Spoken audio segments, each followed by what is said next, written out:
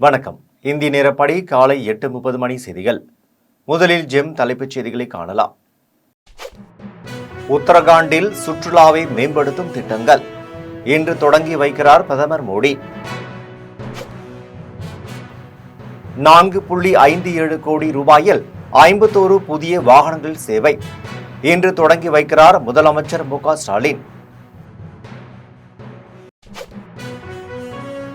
தாய்மொழி என்பது தேன்கூடு, அதில் கை வைப்பது ஆபத்து. முதலமைச்சர் மு.க. ஸ்டாலின் பதிவு. தலைச்சிறந்த கவிஞர், பற்றிமிட்ட பேச்சாளர் நந்தலாலா உடலுக்கு மாலை அணிவித்து உதயநிதி ஸ்டாலின் எக்ஸ் தளத்தில் பதிவு. பராமரிப்பு பணிகள் சென்னை கடற்கரை எழும்பூர் இடையே இன்று முதல் 9ஆம் தேதி வரை ரயில் சேவையில் மாற்றம். தெற்கு ரயில்வே அறிவிப்பு. நீட் நுழைவுத் தேர்வுக்கு விண்ணப்பிக்க நாளை கடைசி நாள். தேர்வுக்கான ஹால் டிக்கெட் வருகிற மே மாதம் 1ஆம் தேதி வெளியிடப்படும் என அறிவிப்பு. சென்னை கடற்கரை தாம்பரம் இடையே இன்றும் நாளையும் 7 மின்சார ரயில் சேவைகள் முழுவதும் ரத்து. தெற்கு ரயில்வே அறிவிப்பு. சாம்பியன்ஸ் கோப்பை கிரிக்கெட் போட்டி தென்னாப்பிரிக்காவை வீழ்த்தி இறுதிப் போட்டிக்கு முன்னேறியது நியூசிலாந்து அணி. தமிழகத்தில் வரும் 10ஆம் தேதி முதல் மிதமான மழைக்கு வாய்ப்பு. சென்னை வானிலை ஆய்வு மையம் தகவல். இனி விரிவான செய்திகளை காணலாம். தாய்மொழி என்பது தேன்கூடு என்று முதலமைச்சர் மு.க. ஸ்டாலின் தெரிவித்துள்ளார். தாய்மொழி என்பது தேன்கூடு, அதில் கை வைப்பது ஆபத்து என முதலமைச்சர் மு.க. ஸ்டாலின் தெரிவித்துள்ளார். மேலும் கட்டாயமாக ஒரு மொழியை திணித்தால் அது பகை உணர்ச்சிக்கே இடம் கொடுக்கும் என்றும், இந்தி திவாஸ் என கொண்டாட்டம் போல் 8வது அட்டவணையில் இடம்பெற்ற 22 மொழிகளுக்கான நாட்கள் உண்டா, இந்தியை தவிர மற்ற இந்திய மொழிகளை பாரபட்சமாக அணுவது ஏன் என மத்திய அரசுக்கு முதலமைச்சர் மு.க. ஸ்டாலின் கேள்வி எழுப்பியுள்ளார். சென்னை கடற்கரை தாம்பரம் இடையே இன்றும் நாளையும் 7 மின்சார ரயில் சேவைகள் முழுவதும் ரத்து செய்யப்பட்டுள்ளது. இது குறித்து தெற்கு ரயில்வே வெளியிடப்பட்டுள்ள செய்திக்குறிப்பில், சென்னை கடற்கரையில் இருந்து இன்று நாளை மதியம் 12:28, 12:40, 1:45 ஆகிய நேரங்களில் புறப்பட்டு செங்கல்பட்டு செல்லும் மின்சார ரயில்களும், கடற்கரையில் இருந்து மதியம் 1 மணிக்கு புறப்பட்டு அரக்கோணம் செல்லும் மின்சார ரயிலும் கடற்கரை தாம்பரம் இடையே பகுதி நேரமாக ரத்து செய்யப்படுகிறது. இதேபோல் செங்கல்பட்டில் இருந்து காலை 10:40, 11, 11:30, மதியம் 12 ஆகிய நேரங்களில் புறப்பட்டு கடற்கரை வரும் மின்சார ரயில்களும், திருமால்பூரில் இருந்து காலை 11:05 மணிக்கு புறப்பட்டு கடற்கரை வரும் மின்சார ரயிலும் தாம்பரம் கடற்கரை இடையே பகுதி நேரமாக ரத்து செய்யப்படுவதாக தெரிவித்துள்ளது.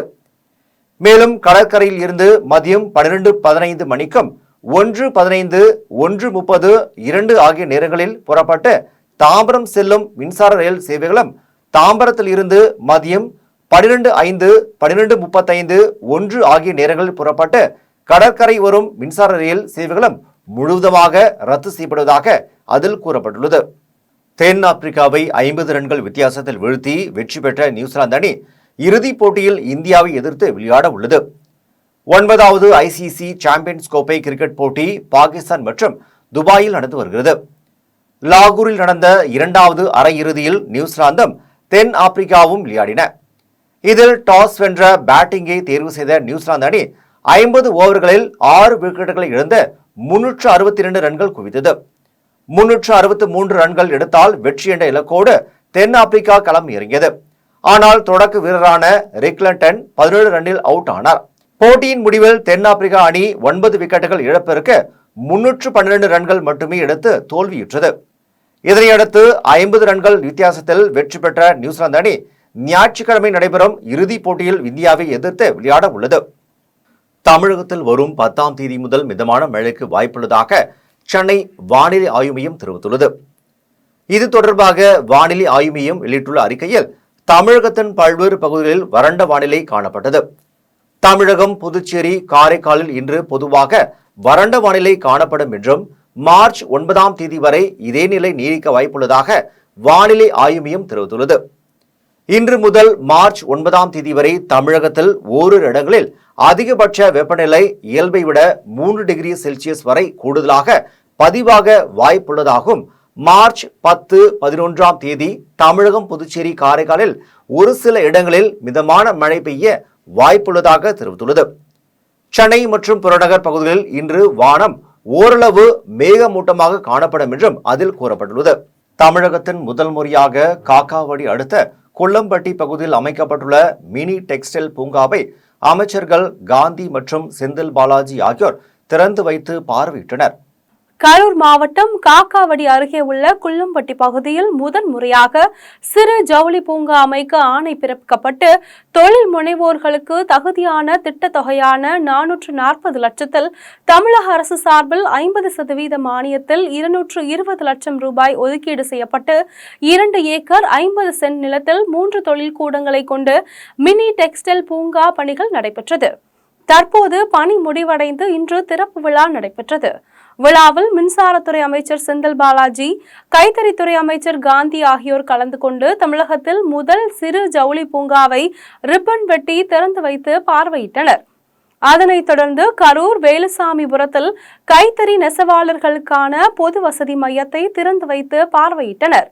நிகழ்ச்சியில் மாவட்ட ஆட்சியர் தங்கவேல், சட்டமன்ற உறுப்பினர்கள், அரசு அதிகாரிகள், கட்சி நிர்வாகிகள் என ஏராளமானோர் கலந்து கொண்டனர். நிகழ்ச்சியை தொடர்ந்து கைத்தறித்துறை அமைச்சர் காந்தி செய்தியாளர்களிடம் தெரிவிக்கையில், ஆல்ரெடி சாங்ஷன் எடுத்து அவங்க முடிக்கிற மாதிரி வேலை அட்டுவாரம் வந்து 8 வேலை நடந்துருக்கு. 17 மொத்தத்தில் தமிழ்நாட்டிலவே 17 தான் 18. அதே மாதிரி டெஸ்டிங் லேப் 2 நாள் ஒழுக்க அது 6 கோடியில் இங்கே நிறைவேற்றி கொண்டு போகிறோம். நல்ல இவரட்சி கோரிக்கைகள் தான் அமைச்சர் ரொம்ப இன்வால்மெண்ட் பகுதிக்கு. அதனால அதில் தான் அது எந்த கோரிக்கை வச்சாலும் அவங்களுக்கு நியாயமான கோரிக்கைகள் நிச்சயமாக செயல்படும். முதல்ல எங்களுக்கு வந்து எங்கள் முதலமைச்சர் எல்லாம் சொல்லுவாங்க, எம்ப்ளாய்மெண்ட் எப்படி வரும்.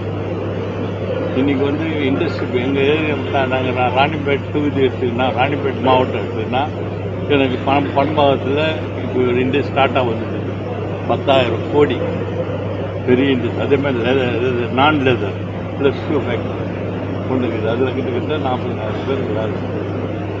ராணிப்பேட்டை மாவட்ட மாற்றுத்திறனாளிகளுக்கு தமிழ்நாடு அரசு சார்பில் மின்னல் ஊராட்சியில் சிறப்பு முகாம் நடைபெற்றது.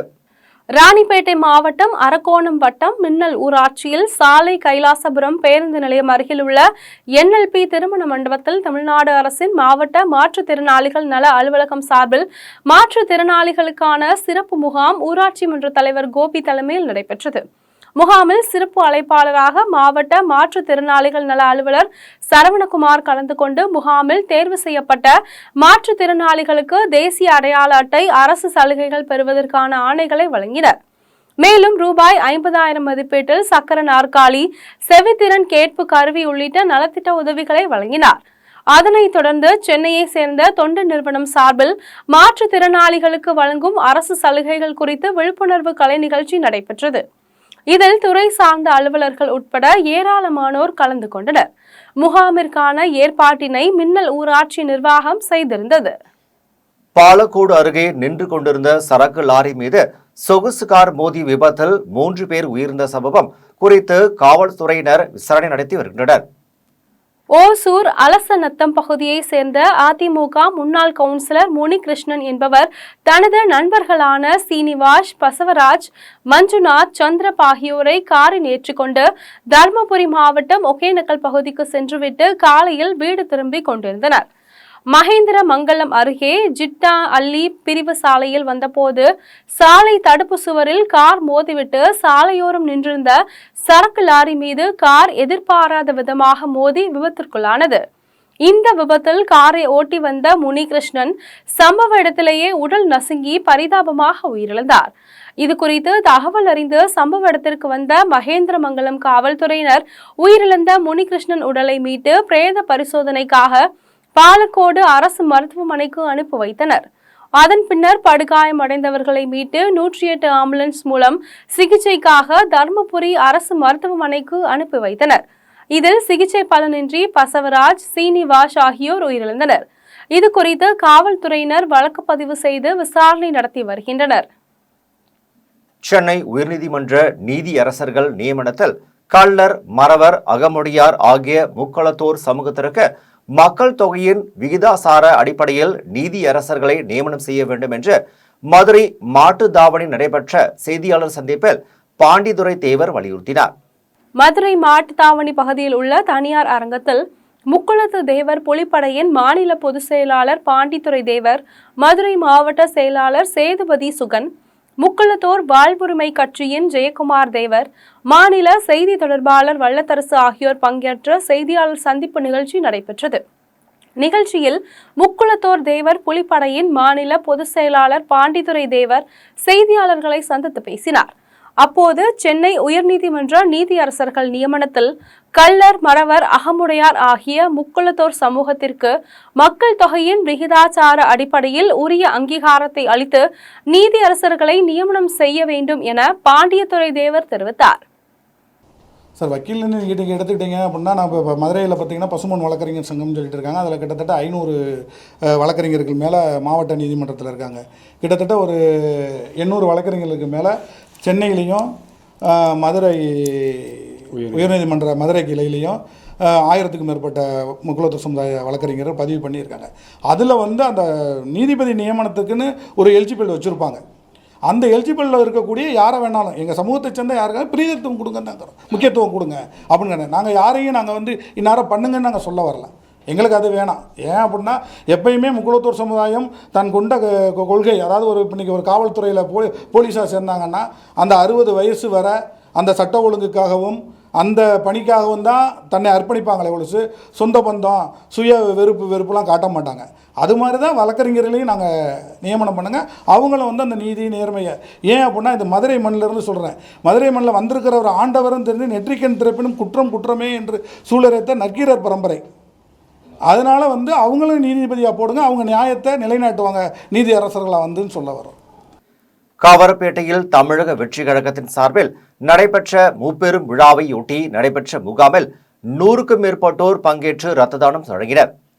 திருவள்ளூர் மாவட்டம் காவரப்பேட்டையில் தமிழக வெற்றி கழகத்தின் 2ஆம் ஆண்டு தொடக்க விழா வருகின்ற 8ஆம் தேதி மகளிர் தினத்தை முன்னிட்டு திருவள்ளூர் வடக்கு மாவட்ட செயலாளர் எஸ். விஜயகுமார் பிறந்த நாளை முன்னிட்டும் காவரப்பேட்டையில் தனியார் திருமண மண்டபத்தில் முப்பெரும் விழா நடைபெற்றது. விழாவையொட்டி நடைபெற்ற இரத்த தான முகாமில் 100க்கும் மேற்பட்டோர் கலந்து கொண்டு இரத்த தானம் வழங்கினர். முகாமை தொடர்ந்து தமிழக வெற்றி கழகத்தின் வளர்ச்சி பணிகளை பற்றி கட்சியின் மாவட்ட செயலாளர் விஜயகுமார் கழக தொண்டர்களுக்கு எடுத்து கூறி சிறப்புரையாற்றினார். அதன் பின்னர் கட்சியின் நிர்வாகிகள் மாவட்ட செயலாளர் எஸ். விஜயகுமாருக்கு மாலை அணிவித்து பிறந்தநாள் வாழ்த்து தெரிவித்து பரிசுகள் வழங்கி சிறப்பித்தனர்.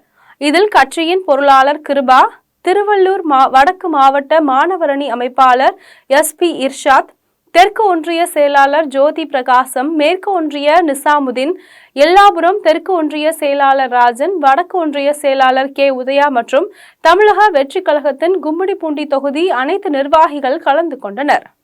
தமிழ்நாட்டை பொறுத்தவரை எந்த கூட்டணியும் நிரந்தரம் கிடையாது என்றும் தேர்தல் காலத்தில் கூட்டணி அமையும் என்றும் தென்காசியில் அதிமுக முன்னாள் அமைச்சர் RB உதயகுமார் தெரிவித்தார். செங்கோட்டையில் முன்னாள் முதலமைச்சர் ஜெயலலிதாவின் 77வது பிறந்தநாள் விழாவையொட்டி தென்காசி வடக்கு மாவட்ட அண்ணா தொழிற்சங்கத்தின் சார்பில் அண்ணா ஆட்டோ சங்க உறுப்பினர்களுக்கு சீருடை வழங்கும் நிகழ்ச்சி நடைபெற்றது. கடையநல்லூர் சட்டமன்ற உறுப்பினர் கிருஷ்ணா முரளி தலைமையில் நடைபெற்ற நிகழ்ச்சியில் முன்னாள் அமைச்சர் RB உதயகுமார் கலந்து கொண்டு ஆட்டோ ஓட்டுநர்களுக்கு சீருடைகளை வழங்கினார். நிகழ்ச்சியை தொடர்ந்து RB உதயகுமார் செய்தியாளர்களை சந்தித்து பேசினார். அப்போது நாடாளுமன்ற தொகுதி வரையறை மட்டுமல்லாமல் தமிழகத்தின் உரிமைகளை தட்டி பறிக்கின்ற எந்த திட்டங்களாக இருந்தாலும் அதை எதிர்க்கின்ற முதல் இயக்கமாக அதிமுக செயல்படும் என்றும், தமிழ்நாட்டை பொறுத்தவரை எந்த கூட்டணியும் நிரந்தரம் கிடையாது என்றும், தேர்தல் காலத்தில் கூட்டணி ஒன்று உள்ளது என்றும் முன்னாள் அமைச்சர் RB உதயகுமார் தெரிவித்தார்.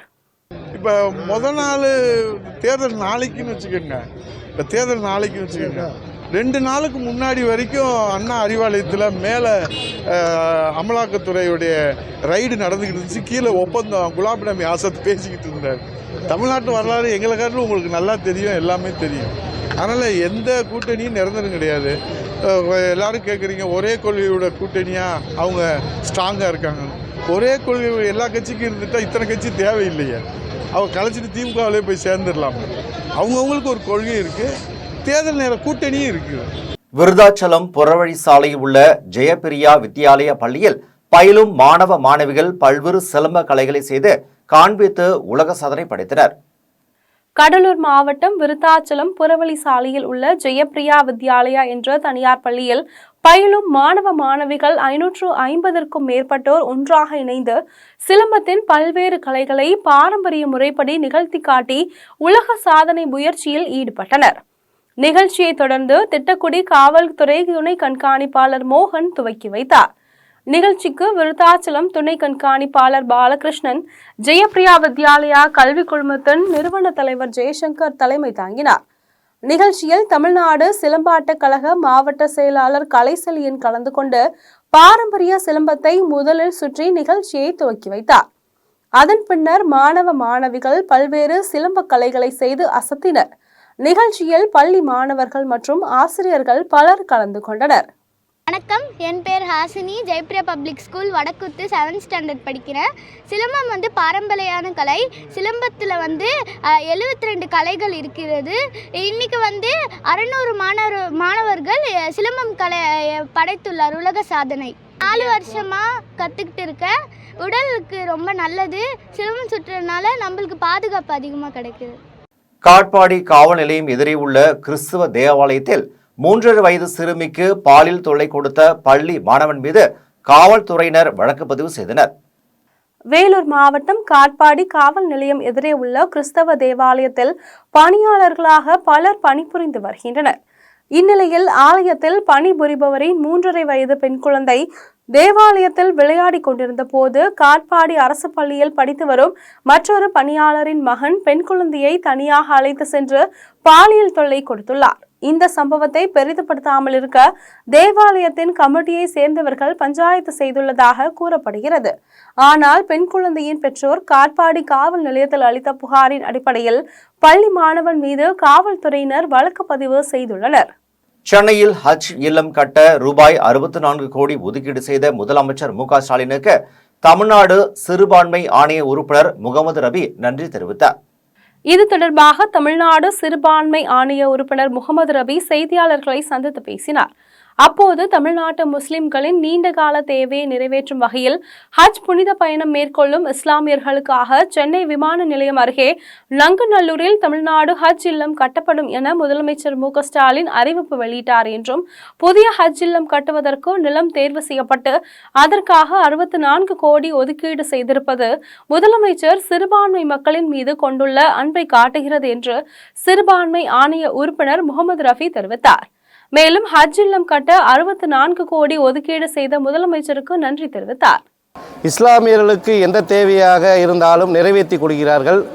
மதவாதத்திற்கு தமிழகத்தில் இடமில்லை என்பதற்கு மாண்புமிகு முதலமைச்சர் அவர்கள் இந்தியாவுக்கே எடுத்துக்காட்டாக சிறந்து விளங்கக்கூடிய முதலமைச்சர் மாண்புமிகு முதலமைச்சர் மு க ஸ்டாலின் அவர்கள் இன்று அறிவித்தது ஒட்டுமொத்த இஸ்லாமிய சமுதாயமும் வரவேற்கிறது என்பதை இந்த நேரத்தில் தெரிவித்துக் கொள்கிறேன். உதவித்தொகை பெறாத ஒவ்வொரு குடும்ப பெண்ணிடமும் திமுக அரசு 30,000 ரூபாய் கடன் பட்டுள்ளதாக புளியங்குடியில் அதிமுக முன்னாள் அமைச்சர் பச்சைமால் தெரிவித்துள்ளார். தென்காசி மாவட்டம் புளியங்குடியில் ஜெயலலிதா பிறந்தநாள் விழா பொதுக்கூட்டம் கடையநல்லூர் சட்டமன்ற உறுப்பினர் கிருஷ்ணமுரளி தலைமையில் நடைபெற்றது. கூட்டத்தில் முன்னாள் அமைச்சர் பச்சைமால் பங்கேற்று பேசினார். அப்போது முந்தைய திமுக ஆட்சி காலத்தில் 2,500 ரூபாய்க்கு கலர் டிவி கொடுத்துவிட்டு சன் டிவிக்கு பல ஆயிரம் கோடி ரூபாய் வருமானத்திற்கு வழி செய்து கொடுத்ததாக குற்றம் சாட்டினார். காட்டுமன்னார் கோவிலில் தமிழ்நாடு மின் உற்பத்தி மற்றும் பகிர்மான கழகம் சார்பில் இலவச பொது மருத்துவ முகாம் நடைபெற்றது. கடலூர் மாவட்டம் காட்டுமன்னார் கோயிலில் தமிழ்நாடு மின் உற்பத்தி பகிர்மான கழகம், ஸ்ரீ பாலாஜி மருத்துவமனை, அகர்வால் கண் மருத்துவமனை ஆகியவை சார்பில் இலவச பொது மருத்துவ முகாம் நடைபெற்றது. முகாமிற்கு மின் உற்பத்தி கழக செயற்பொறியாளர் ஜெயந்தி தலைமை தாங்கினார். முகாமில் மருத்துவர்கள் ஆனந்த், காக்கிஸ் முகமது ஆகியோரின் தலைமையிலான மருத்துவ குழுவினர் கலந்து கொண்டு மின் வாரிய ஊழியர்களுக்கு இசிஜி, இரத்தத்தில் சர்க்கரை அளவு, கண் பரிசோதனை உள்ளிட்ட பரிசோதனைகள் செய்து மருந்து மாத்திரைகளை இலவசமாக வழங்கினர். முகாமில் உதவி செயற்பொறியாளர்கள் புகழேந்தி, ஜெயபிரகாஷ், பழனிவேல் உட்பட பலர் கலந்து கொண்டனர். உசிலம்பட்டி அருகே போலியான சான்று வழங்க கோரி கிராம நிர்வாக அலுவலரை மிரட்டிய ஃபார்வர்ட் பிளாக் கட்சி நிர்வாகியின் வீடியோ வெளியாகி பரபரப்பை ஏற்படுத்தியுள்ளது. மதுரை மாவட்டம் உசிலம்பட்டி அருகே பொட்டுலுப்பட்டி கிராம நிர்வாக அலுவலராக பணியாற்றி வரும் கவாஸ்கரிடம் கர்நாடக மாநிலத்தில் வசித்து வரும் லட்சுமி என்பவரும் பாப்பம்பட்டியில் வசித்து வரும் புஷ்பம் என்பவரும் ஒருவரே என்று போலியான சான்று வழங்க வேண்டும் என பொட்டுலுப்பட்டியை சேர்ந்த ஃபார்வர்ட் பிளாக் கட்சியின் நிர்வாகி ஆதிசேடன் என்பவர் கிராம நிர்வாக அலுவலர் கவாஸ்கரை மிரட்டியுள்ளார். இந்நிலையில் ஒற்றை சான்று வழங்க தனக்கு அதிகாரம் இல்லை என்றும் சட்டப்படி வழங்க முடியாது என்றும் கூறிய கிராம நிர்வாக அலுவலரை ஃபார்வர்ட் பிளாக் நிர்வாகி தாக்க முற்பட்டார். இந்த சம்பவம் தொடர்பாக கிராம நிர்வாக அலுவலர் கவாஸ்கர் உசிலம்பட்டி தாலுகா காவல் நிலையத்தில் வீடியோ ஆதாரத்துடன் புகார் மனு அளித்தார். புகாரின் பேரில் காவல்துறையினர் தீவிர விசாரணை நடத்தி வருகின்றனர். ஆனா சட்டம்னு ஒண்ணு இருக்கு, அதை பாத்துக்குங்க. அது நாங்க பாக்கணும்ல.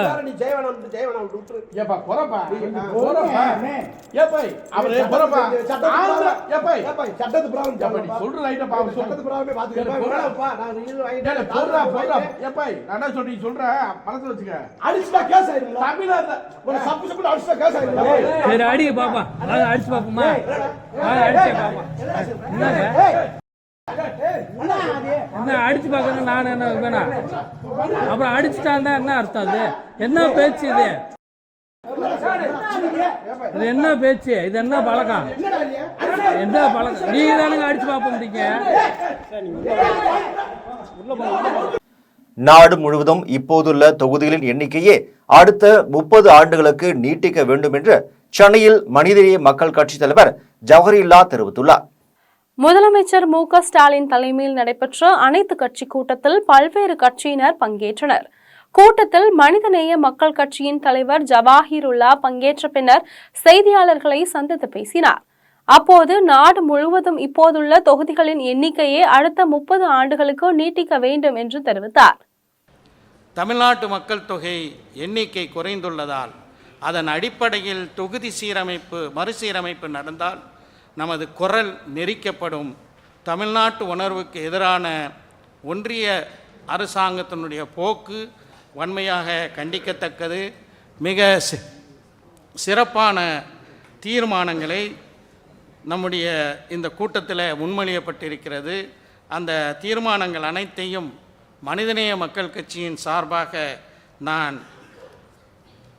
நான் அதை ஆதரிக்கின்றேன். கீரமங்கலம் அருகே உள்ள மேற்பனைக்காடு கிராமத்தில் உள்ள வீரமா காளியம்மனுக்கு விவசாயம் செழிக்க வேண்டியும் மழை பொழிய வேண்டியும் ஆயிரக்கணக்கான பெண்கள் முளைப்பார் எடுத்து சென்று குளவியிட்டு கும்மியடித்து வழிபாட்டில் ஈடுபட்டனர்.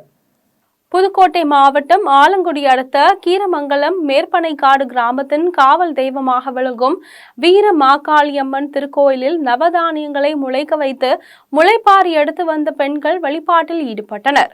இதனை அடுத்து மேற்பனைக்காடு கிராமத்தில் வசிக்கும் அனைத்து பெண்களும் நல்ல மழை பொழிவு வேண்டியும் இப்பகுதியின் பிரதான விவசாயமான தென்னை விவசாயம் செழிக்க வேண்டியும் ஊர் நலம் பெற வேண்டியும் மது எடுக்க திருவிழாவில் பங்கேற்றனர்.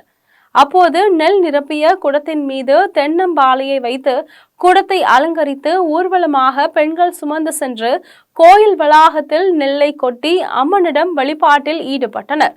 இந்த ஊர்வலத்தின் போது பாரம்பரிய முறைப்படி பெண்கள் கும்மியடித்து குளவையிட்டு உற்சாகமாக அம்மனை தரிசித்தனர். திருமழியம் அருகே கடியாப்பட்டியில் இளஞ்சாவூர் ஸ்ரீ முத்துமாரியம்மன் திருக்கோவில் பூச்செறிதல் விழாவை முன்னிட்டு ஒரு ஊர் கபடி போட்டி நடைபெற்றது. புதுக்கோட்டை மாவட்டம் திருமயம் அடுத்த கடியாப்பட்டியில் அமைந்துள்ள இளஞ்சாகூர் ஸ்ரீ முத்தாரியம்மன் திருக்கோவிலில் பூச்சொரிதல் விழாவை முன்னிட்டு முத்துமாரியம்மன் கபாடி குழு சார்பில் 67ஆம் ஆண்டு கபாடி போட்டி நடைபெற்றது. போட்டியில் புதுக்கோட்டை, சிவகங்கை, ராமநாதபுரம் உள்ளிட்ட மாவட்டங்களைச் சேர்ந்த 24 அணிகள் கலந்து கொண்டன. போட்டிகள் 19 சுற்றுகளாக நடைபெற்றன.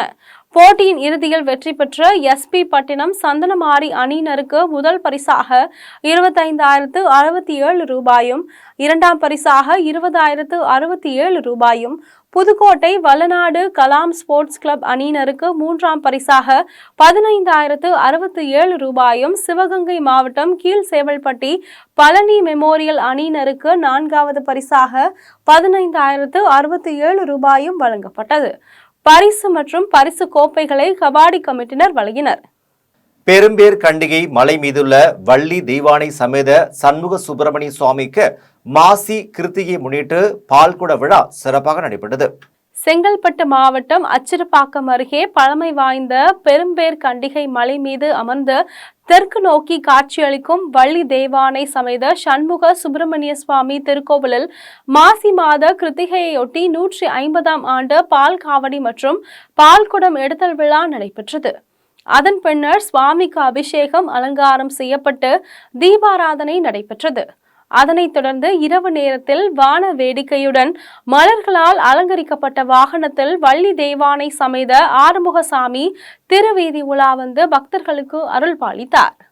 மீண்டும் ஜெம் தலைப்புச் செய்திகள். உத்தரகாண்டில் சுற்றுலாவை மேம்படுத்தும் திட்டங்கள் இன்று தொடங்கி வைக்கிறார் பிரதமர் மோடி. 4.57 கோடி ரூபாயில் 51 புதிய வாகனங்கள் சேவை இன்று தொடங்கி வைக்கிறார் முதலமைச்சர் மு க ஸ்டாலின். தாய்மொழி என்பது தேன்கூடு, அதில் கை வைப்பது ஆபத்து. முதலமைச்சர் மு க ஸ்டாலின் பதிவு. தலைச்சிறந்த கவிஞர் பற்றிமிட்ட பேச்சாளர் நந்தலாலா உடலுக்கு மாலை அணிவித்து உதயநிதி ஸ்டாலின் எக்ஸ் தளத்தில் பதிவு.